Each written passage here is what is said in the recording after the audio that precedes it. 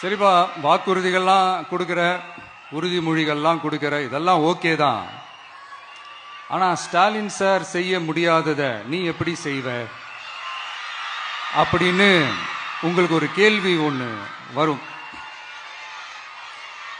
அது சிம்பிளா ஒன்று சொல்றேன். இப்பதான் ரீசெண்டா அதை பத்தி நான் முழுமையா ஒன்று தெரிஞ்சுக்கிட்டேன். நம்ம மாநிலத்துக்கான மொத்த பட்ஜெட் வந்து 4.39 லட்ச கோடிகள். அதுல 30%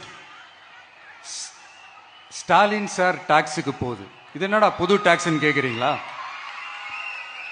ஆமா, இந்த பட்ஜெட்ல இருந்து ஒதுக்குற நிதியில 20% ஸ்டாலின் சாருக்கு போகுது.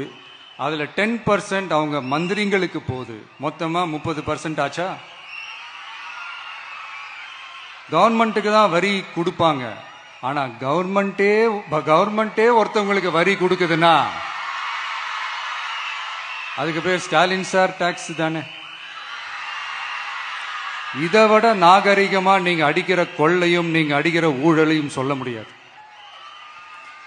மக்களுக்காக ஒதுக்குற பணத்தை நீங்க அப்படியே சைட்ல ஒதுக்காம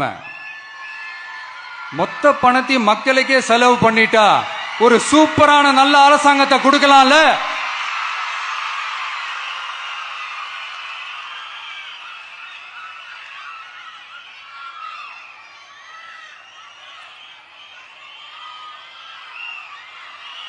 இப்படிலாம்